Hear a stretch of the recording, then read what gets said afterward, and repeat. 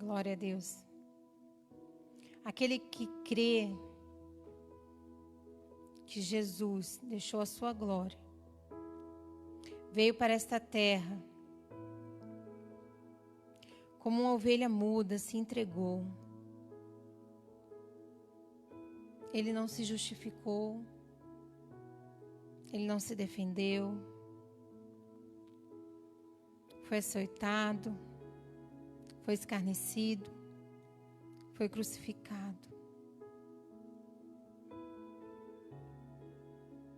Subiu aos céus, deixou o Espírito Santo Consolador, para que não ficássemos sozinhos,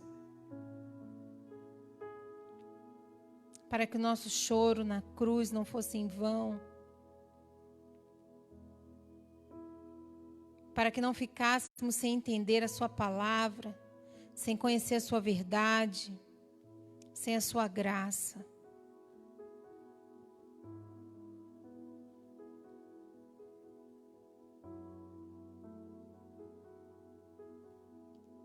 Ele disse: vou para o Pai, preparar-vos lugar, mas eu vou voltar. Vocês não vão ficar sozinhos. Por um poucochinho de tempo, e o que há de vir virá, e não tardará. Está doendo a luta, irmãos? Mas é só mais um pouquinho de tempo. Ele não disse quando viria, porque conhece a natureza humana, conhece a nossa ansiedade, conhece o nosso desespero. Mas ele falou: tenha fé, crê somente. Aleluia. Tenha fé. E quando ele vier com o seu galardão, o que temos para apresentar nas nossas mãos ao Senhor? O que temos para apresentar nas nossas mãos ao Senhor? O pastor já falou diversas vezes nos nossos cultos. Se nós ganhássemos uma alma por dia, apenas uma, no final do ano teremos 365 almas para apresentar. Em 10 anos, 3.650 vidas para Deus. O que eu tenho para apresentar ao Senhor? O que você tem para apresentar ao Senhor? Lucas 19, versículo 12, fala sobre uma parábola que Jesus está ensinando em Jericó. Ele vai dizer assim: disse, pois, um certo homem nobre partiu para uma terra remota, a fim de tomar para si um reino e voltar depois. Chamando 10 servos seus, deu-lhes 10 minas e disse-lhes: negociai até que eu venha. Mas os seus cidadãos aborreciam e mandaram após ele embaixadores, dizendo: não queremos que este reine sobre nós. E aconteceu que, voltando ele, depois de ter tomado o reino, disse que lhe chamassem aqueles servos, a quem tinha dado dinheiro, para saber o que cada um tinha negociado. E veio o primeiro, dizendo: Senhor, a tua mina rendeu 10 minas. E ele lhe disse: bem está, servo bom, porque no mínimo foste fiel, sobre 10 cidades terás autoridade. Veio o segundo, dizendo: Senhor, a tua mina rendeu 5 minas. E a este disse também: sê tu sobre 5 cidades. E veio outro, dizendo: Senhor, aqui está a tua mina, que guardei num lenço. Porque tive medo de ti, que és homem rigoroso, que tomas o que não pusestes e cegas o que não semeaste. Porém ele lhe disse: servo mau, pela tua boca te julgarei. Sabias que eu sou homem rigoroso, que tomo pão, que tomo o que não pus e cego o que não semeei? Por que não puseste, pois, o meu dinheiro no banco, para que eu, vindo, o exigisse com juros? E disse aos que estavam com ele: tirai-lhe a mina, e dai ao que tem 10 minas. E disseram-lhe eles: Senhor, ele tem 10 minas. Pois eu vos digo que a qualquer que tiver, se lhe há dado, mas ao que não tiver, até o que tem lhe será tirado. Jesus ensinava por parábolas.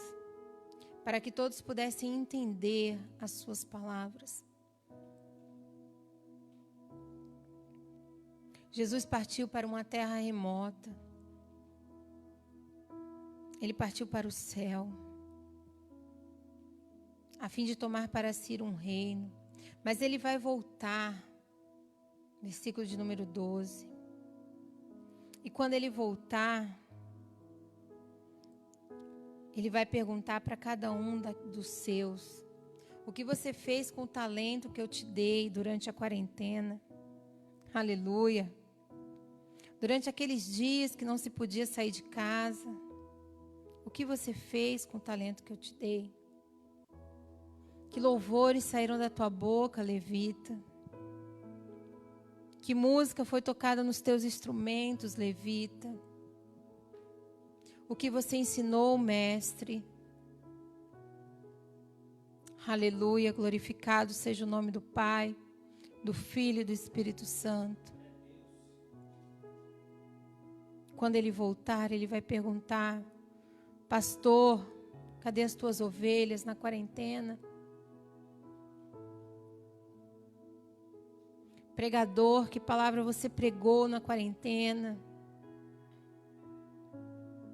Ou por um pouquinho de tempo tirou férias do Evangelho? Foi visitar outros campos? E aqui eu não falo de campos evangélicos, porque ele vem buscar uma igreja lavada e remida, ele não vem buscar títulos. Que estou falando de outros pastos.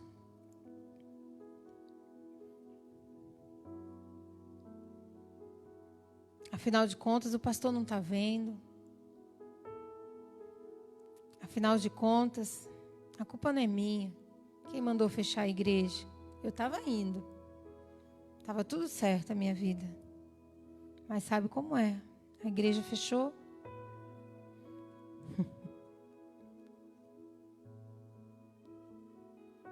Mas nós vamos prestar contas. Cada um de nós. E o melhor de tudo isso é que a sua graça, ela não acabou. A sua graça, mesmo no período de quarentena, ela está aqui, estendida. Os seus braços, quando ele se foi, estavam abertos. Aleluia. Ele continua no mesmo lugar. Glorificado seja o nome do Pai. Nós aprendemos aqui na igreja que ele continua no mesmo lugar. Você pode estar debaixo da sua graça, que ele continua no mesmo lugar. Mas se você sair, ele continua no mesmo lugar. Aleluia, glorificado seja o nome de Deus. Arrependei-vos enquanto há tempo. Porque não somos mais inocentes na presença de Deus. Porque não temos mais a desculpa de que não ouvimos falar, de que não tinha quem pregasse, de que não tinha palavra. Sim, temos o livre-arbítrio. Sim, a sua vida ela é sua. Você é maior de idade. Você toma as suas decisões. Mas que prudência pode ter alguém bêbado em tomar uma decisão? De dirigir, de pegar um carro, virar para um lado, virar para o outro, estando bêbado ou drogado, como aquele rapaz que nós encontramos agora ali. Que prudência tem você de tomar decisões estando cego? Qual caminho você vai seguir?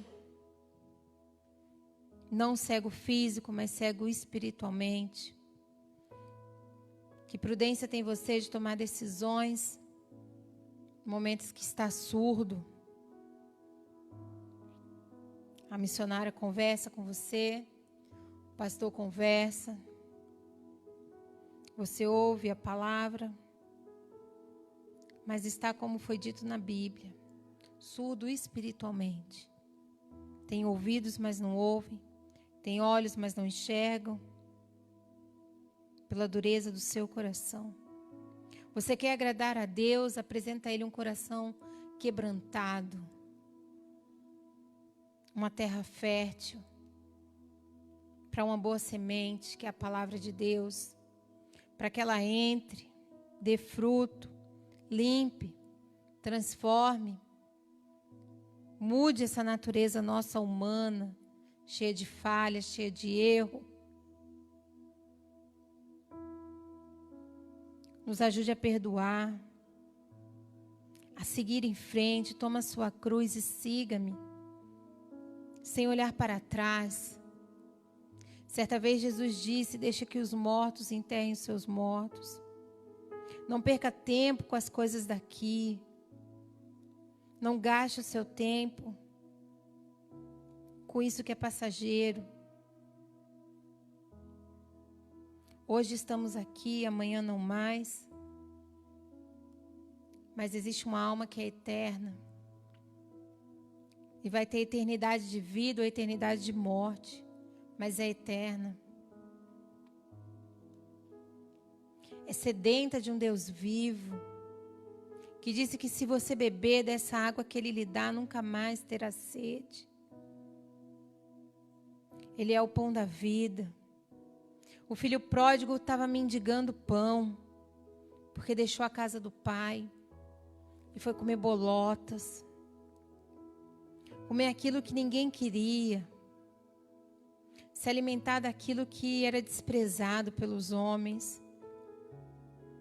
Você tem comido migalhas, migalhas de 5 minutos de alegria,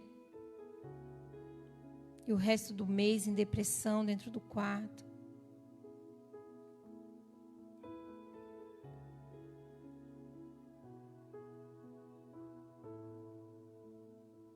Migalhas de ter 5.000 amigos como seguidores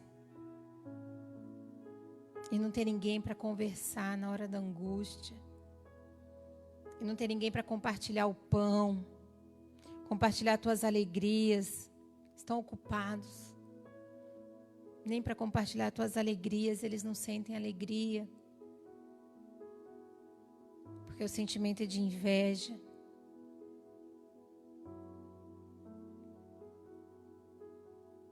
Mas Jesus, Ele disse para os seus discípulos: vinde, eu tenho pão, eu tenho peixe, já está pronto, já está pago, já está preparado. Vem se alimentar. Aleluia. E encontrareis vida, e vida em abundância, não apenas depois da morte, mas a nossa vida em Cristo começa aqui. Aleluia. Uma vida que não se abala das notícias que estão por vir, porque foi isso que nós aprendemos. Não estou falando novidade. Vamos colocar em prática aquilo que aprendemos. Vamos viver a palavra de Deus. Não se atemorize das notícias más. Não significa que nós não teremos notícias más. Mas significa que a paz, que excede todo entendimento, guardará o nosso coração.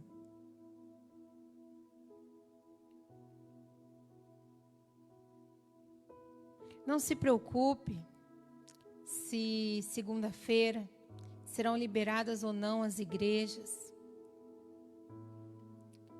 Nessas tuas férias de igreja, que você decretou e não o Senhor, você falou: não, eu só volto a assistir culto agora, só volto a ler Bíblia, só volto a ofertar quando começarem os cultos presenciais. E se Jesus vier até segunda-feira? E se não for segunda-feira, for mais 15 dias? E se Jesus vier nesse meio tempo, o que você tem para apresentar ao Pai? Todos os nossos dias estão escritos no livro da vida.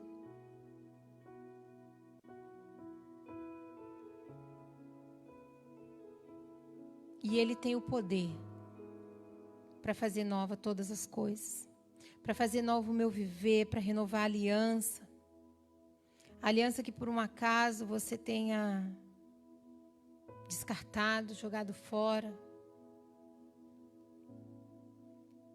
mas ele traz a esperança. Em Coríntios vai falar: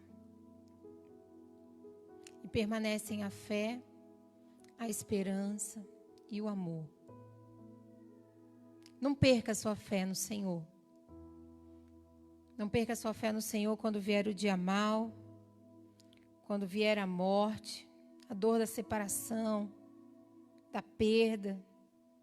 Guarda a sua fé no Senhor. Se aproxima de Deus no teu levantar, no teu deitar, no teu dormir. Se aproxima do Senhor.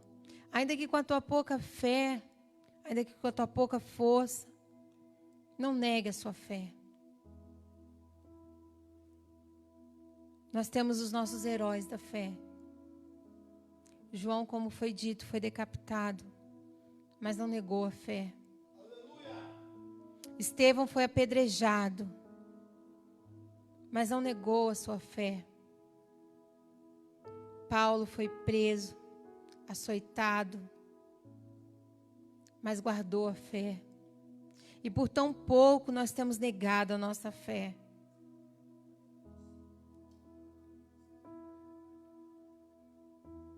Por um emprego.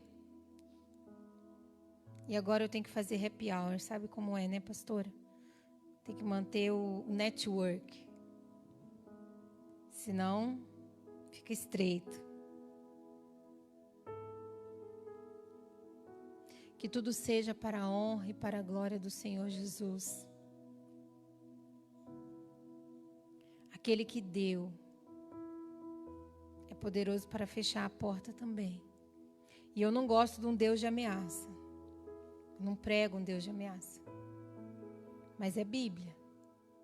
Ele abre, ninguém fecha, mas aquele fecha, ninguém abre. Precisa ser para a glória dele. Não pode ser maior do que ele. Quer agradar a Deus? Precisa ter tempo para ele. Senão ele tira aquilo que está tomando teu tempo. Ele não divide. Ele não aceita que se sirva a dois senhores. Nem na quarentena. Ele não abre exceção. Ele é antes do firmamento. Ele é o alfa e o ômega, o começo e o fim. E antes que ele dê a última palavra, ainda não acabou. A tua história ainda não acabou. Pode alguém olhar para aquele jovem que estava no semáforo e falar: já era, não vai terminar a faculdade, aluno da USP de engenharia. Pode alguém olhar para aquele jovem no semáforo e falar: daqui para pior. Mas o meu Deus olha para aquele jovem no semáforo e ele fala: o meu filho lá na cruz também foi pela tua vida. O preço que eu paguei não foi só pela vida do pastor. O preço que foi pago foi pela vida do pecador. Foi pela vida daquele que está perdido nas drogas. Foi pela vida daquele que mente. Basta somente se arrepender. Porque a palavra de Deus diz que onde abundou o pecado, superabundou a graça. Ou seja, a graça é maior do que a multidões de pecados que podemos viver. Mas o meu Deus é um Deus sério, não é um Deus de brincadeira. Ele não se deixa zombar. É um Deus que tudo vê. É um Deus que tudo pode. É um Deus que tudo conhece. Ele conhece o que é um arrependimento, mas também conhece o que é um remorso. Porque Ele sonda o coração, que é uma terra onde eu não consigo chegar.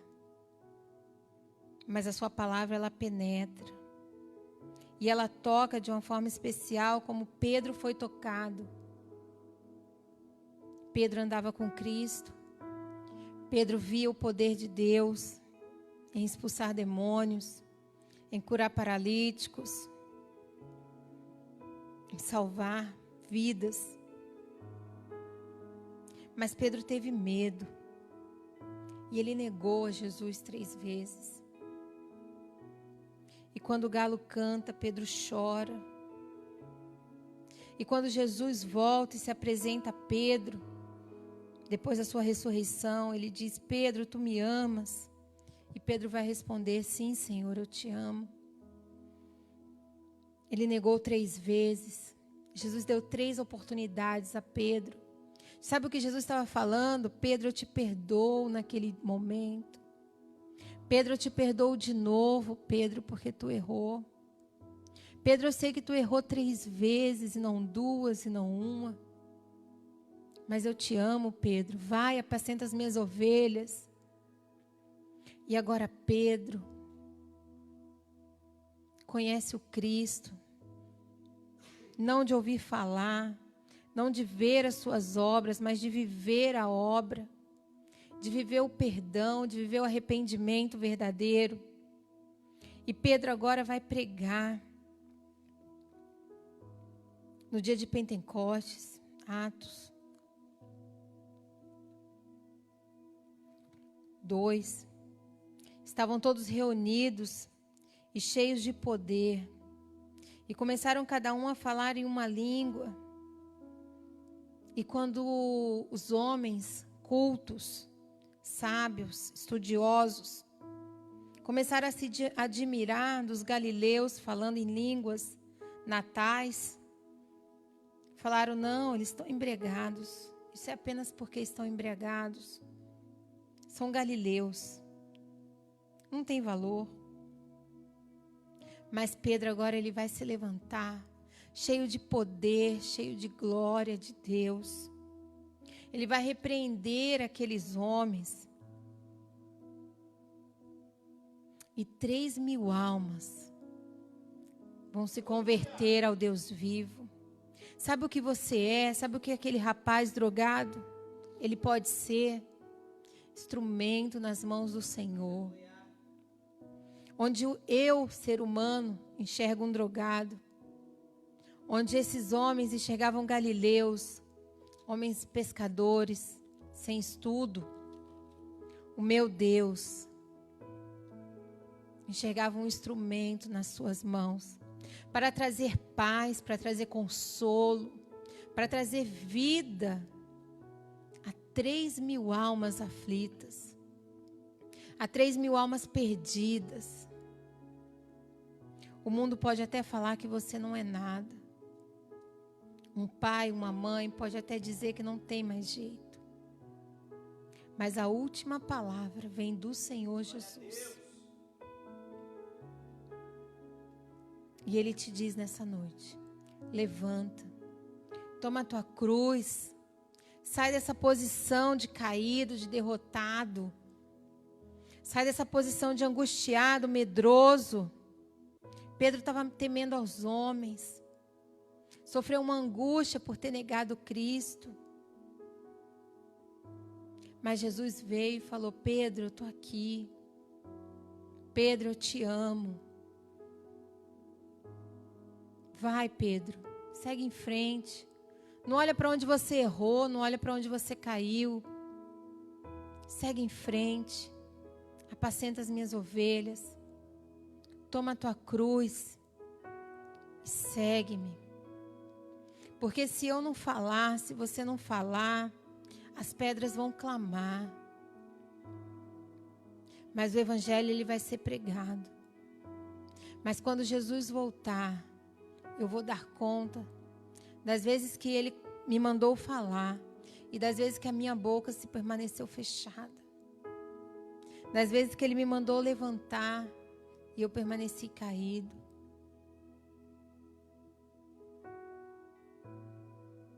Você pecou, você errou. Confessa o teu pecado, se arrepende. Toma a tua cruz e segue o Senhor Jesus. Porque há salvação. Por um pouquinho mais de tempo, ainda há salvação. Estamos vivendo o tempo da graça. Mas está próximo o tempo do juízo. Os sinais não negam a sua vinda. Temos visto guerra e rumores de guerra. Temos visto pais contra filhos e filhos contra pais. Ele falou que haveriam sinais da sua volta.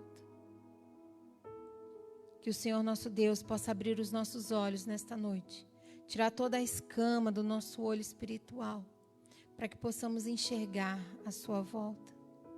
Que Ele venha tirar tudo que está impedindo o nosso ouvido espiritual, para que possamos guardar a sua palavra no nosso coração e guardar como um tesouro para agradar a Deus.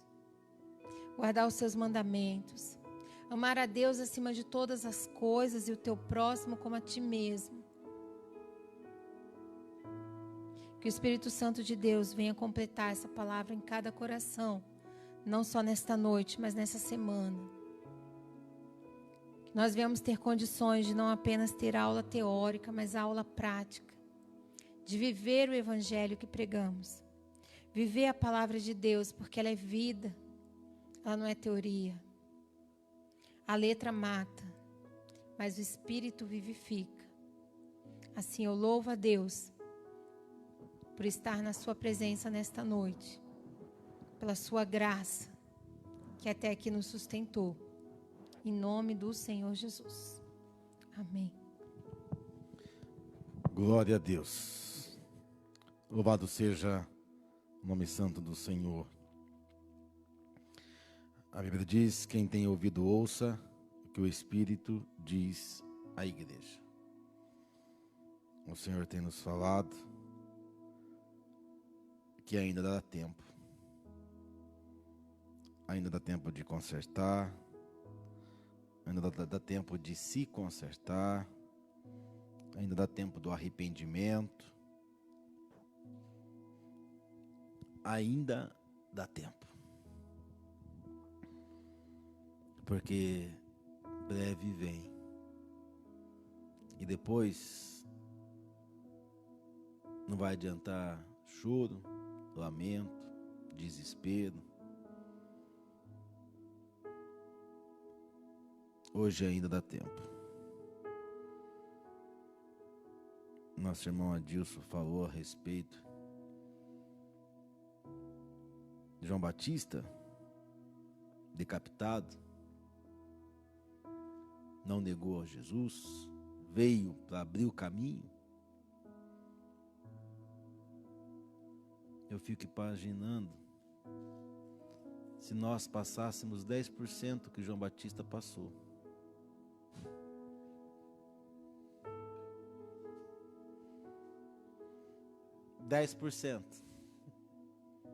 Só 10%.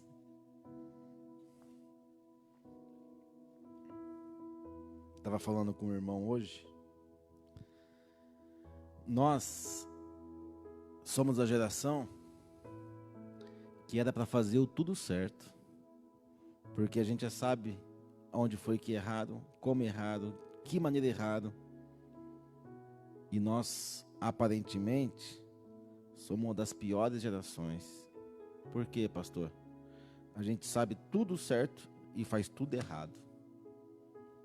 Pior do que criança, que só quer fazer o contrário que o pai e uma mãe falam. E não adianta eu e você achar que vamos escapar. Por quê, pastor? No Sermão da Montanha, Mateus 5, a Bíblia diz que se eles perseguiram os profetas que vieram antes de nós, por que nós não?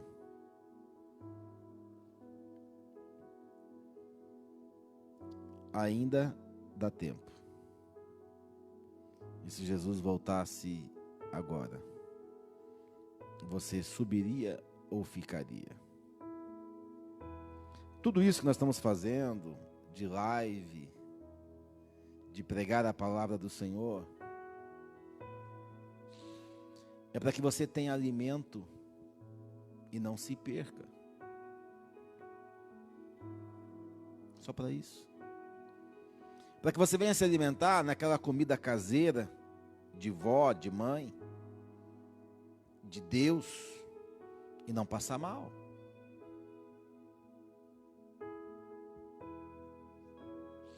É para manter você com sustento da palavra. Porque desde quando teve a quarentena, nós não tivemos live, acho que 2 vezes, 2 semanas até começarmos. Eu não tive quarentena espiritual, não tive quarentena fora da igreja. Começamos os cultos em casa, mas toda terça, quarta, domingo de manhã e domingo à noite, estamos pregando. Terça, sexta, domingo de manhã, domingo à noite. Todos os cultos estamos presentes, até pelo contrário. Estamos pregando mais do que quando a igreja estava aberta.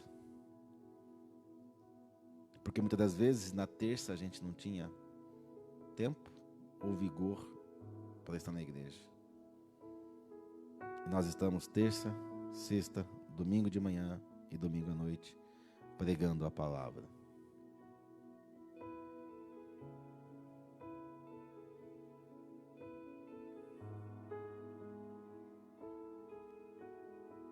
E a pergunta é: Jesus morreu na cruz há mais de 2000 anos para que eu e você tivéssemos vida e fôssemos salvos, alcançados pelo teu amor. Você pode olhar no espelho e dizer: Senhor, muito obrigado, valeu a pena, porque nós somos imagem e semelhança? Ou tanto faz?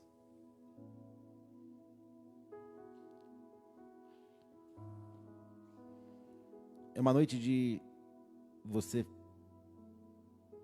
pensar o que está acontecendo com a sua vida, se está valendo a pena, ou ainda os desejos do mundo são mais fortes do que o desejo de entrar no céu.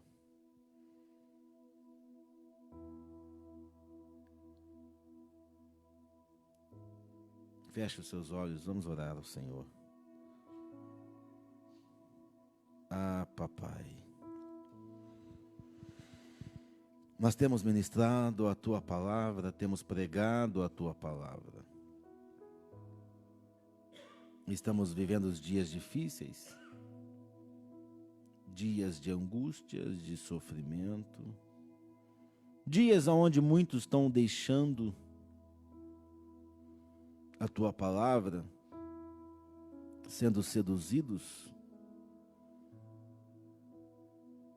pela porta do inferno. Pessoas que estão trocando o céu por qualquer coisa que lhe dê alegria momentânea.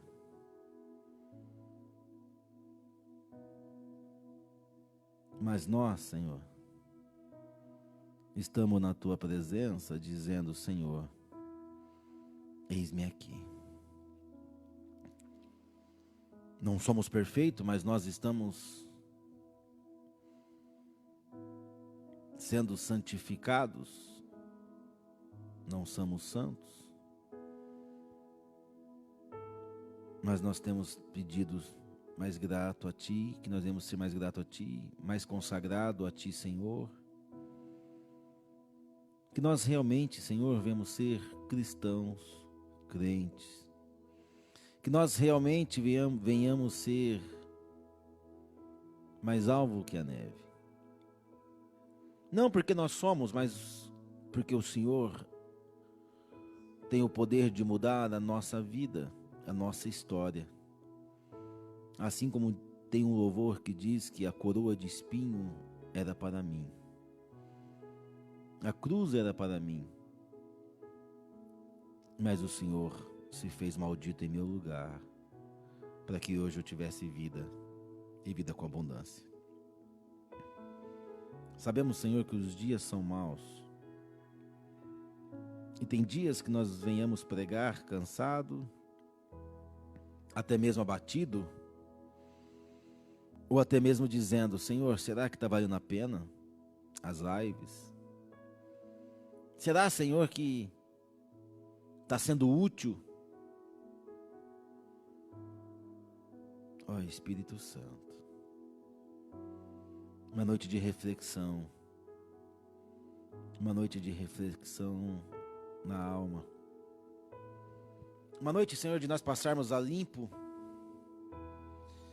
e ver em nós o que há necessário de pedir perdão para o Senhor, para que nós venhamos ter uma vida na Tua presença, no Teu altar. Nos perdoa, Senhor, das nossas falhas, nossos atos, gestos, que porventura não tenha Te agradado. Mas nós estamos aqui nesta noite para dizer, Senhor, pode contar comigo porque valeu a pena o Teu sacrifício na cruz do Calvário. Eu quero ser um dos tais, assim como foi louvado hoje. Eu quero ser um dos tais, Senhor, estar na Tua presença. Eu quero ser, Senhor, fiel a Ti, mesmo em meio a tantas dificuldades ou a tantas promessas do inferno para nos seduzir. Obrigado, Espírito Santo, pelo Teu amor, pelo Teu carinho, pela Tua paz. Faça-nos, Senhor, mais grato. Faça-nos, Senhor, reconhecer, tira as vendas dos nossos olhos. Visita aquele jovem, Senhor, que estava no semáforo, Senhor, pedindo R$5 para que pudesse se drogar, como se R$5 fosse a mudança da vida dele. Ó Espírito Santo, visita, alcança, salva, liberta, transforma e restaura. Restaura essa família que está em casa. Restaura, Senhor, a comunhão, o amor, a graça, a bondade. Restaura, Senhor, a paz. E que o Teu nome venha a ser glorificado e exaltado. É o que eu te peço nesta hora, Jesus. Em nome de Jesus. Amém. E graças a Deus. Se você for dormir e na cama ficar pensando, lembrando em tudo deste culto, para mim valeu a pena. Se você for dormir e pensar que você precisa fazer uma reflexão, que de repente os seus atos não estão agradando a Deus. E me veio aqui agora à mente, se o Senhor falasse assim: eu vou buscar só aqueles que foram fiéis a mim na quarentena. Quantos ficariam? Quantos passavam na peneira? O Senhor está falando tanto. E nós, como cristãos, o arrebatamento não pode ser surpresa.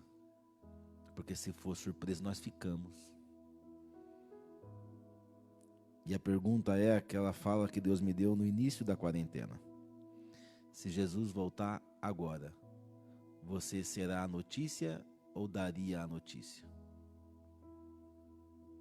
Você seria a notícia: olha, Jesus voltou e o pastor subiu, a igreja não está mais aqui.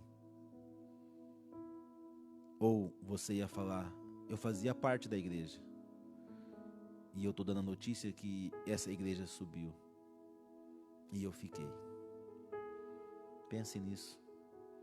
Se você seria a notícia ou daria a notícia. Que Deus abençoe sua vida rica e abundantemente. Nós estamos já no mês 6. Essa última semana, sexta, sábado, domingo, nós completamos 23 anos de ministério. E eu, 7 anos de pastoreio.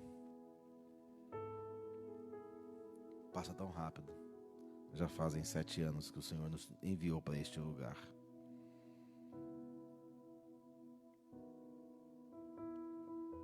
Nesses 7 anos, tantas coisas passaram. Nesses 23 anos de ministério, muitas coisas aconteceram. Muitas vidas alcançadas.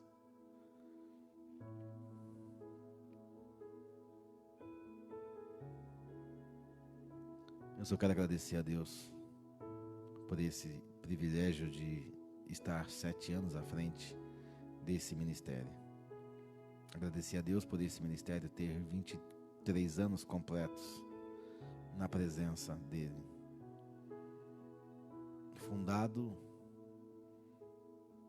com a missão de pregar a verdade, uma visão de reino, de ganhar almas para o reino dos céus. Eu louvo a Deus porque nós temos muitas pessoas aqui desde o início. Outras nasceram dentro desse ministério, cresceram e estão conosco até hoje. Eu louvo a Deus porque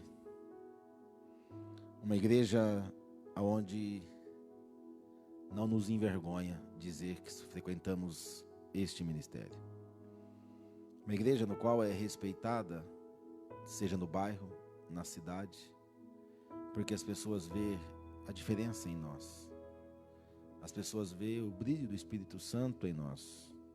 Disse para os irmãos que na semana passada uma mulher olhou para mim e falou assim: não estou conseguindo olhar para o Senhor. Falei, por quê? Tem uma luz muito forte que está ofuscando os meus olhos. Naquela hora eu falei, Deus, muito obrigado, porque poderia ter sido ao contrário.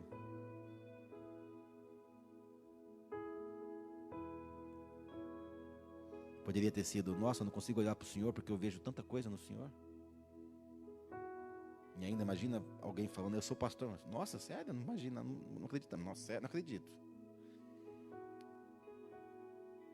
E as pessoas vê Deus em nós, pelas atitudes, pelos gestos, pela conversa, pela palavra, pela oração, pela conduta. E dizer para os irmãos que nós estamos por mais um mês pregando o Evangelho do Senhor.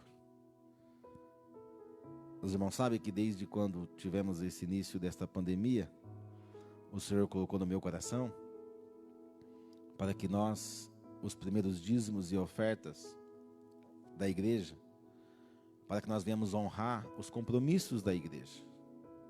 Compromissos estes de água, luz, produto de limpeza. Nós estamos preparando para a igreja abrir as portas e nós estamos investindo em recipiente para álcool gel, estamos investindo em porta-toalha descartável, em toalha de papel descartáveis, estamos investindo em produto de limpeza, estamos investindo em tantas coisas para que você venha para a igreja, para a casa do Senhor e volte melhor do que você entrou.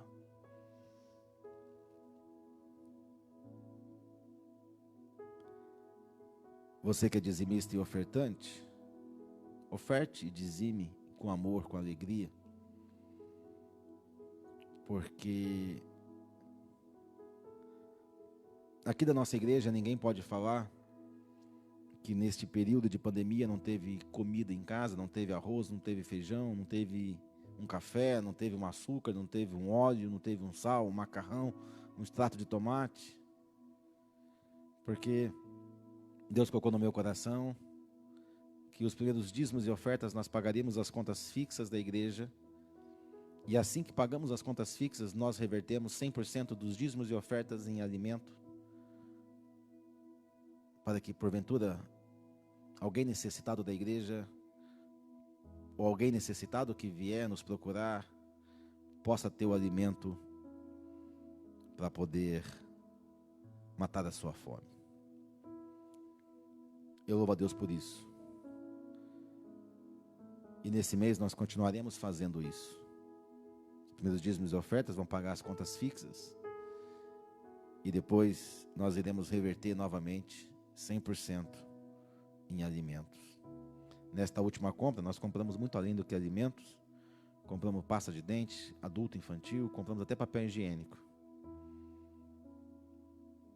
sabonete, café, achocolatado, açúcar, óleo, sal, até tempero, aqueles temperos pronto, alho, cebola, sal. Para quê, pastor? assim como a pastora Luciana leu o texto base da pregação dela. A fé sem obra é morta. E nós temos feito o ID do Senhor com visão de reino. Visão de reino. Visão de reino, a preocupação é saquear o inferno e povoar o céu. Oferte por amor, com alegria. Faça isso por gratidão ao Senhor. Você que tem congregado conosco, você tem visto em como nós temos investido cada centavo para o reino do Senhor. Para te dar mais conforto, para dar mais alegria ao seu coração, de você ver que o que você tem contribuído, o que você tem semeado, você tem visto e está colhendo os frutos. E eu louvo a Deus por cada irmão desta igreja, por cada um que tem sido fiel a Deus, fiel no seu dízimo, na sua oferta. Nós aqui não fazemos campanha disso, daquilo, para poder tirar nada do que é seu. Nós simplesmente pregamos a palavra. Simplesmente isso. Pregamos a palavra. E nós temos feito o melhor para o Senhor. Que Deus abençoe sua casa, a sua família. Nós estamos apenas na terça-feira. Que Deus abençoe a quarta, a quinta, a sexta, sábado, o domingo, a segunda, a terça novamente. Mas na próxima sexta-feira, nós estaremos aqui no culto de ensino. E queria chamar nosso irmão Joe para fazer parte da mesa na sexta-feira, se o irmão não tiver outro compromisso. Porque de tudo isso, quando passar, o que vai ficar é a palavra, a fé, a comunhão, o amor, a alegria. Porque tudo passa, irmão. Tudo passa, tudo vai passar. Mas eu tenho certeza que aquilo que você aprendeu ficou gravado, escondido na tábua do teu coração. Que Deus abençoe vocês rique e abundantemente. Uma semana de bênção, de vitória, de milagre em cada vida.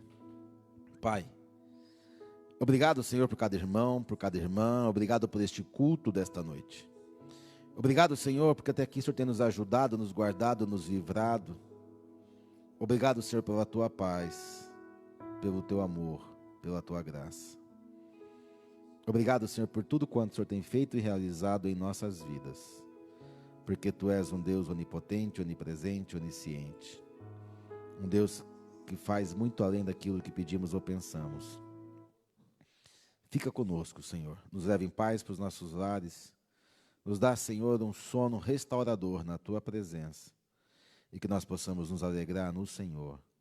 Abençoa cada irmão que tem ajudado, se esforçado, para que esse trabalho, Senhor, tenha sido desenvolvido na melhor qualidade, buscando, Senhor, a perfeição. Muito obrigado, Senhor, pela vida de cada um.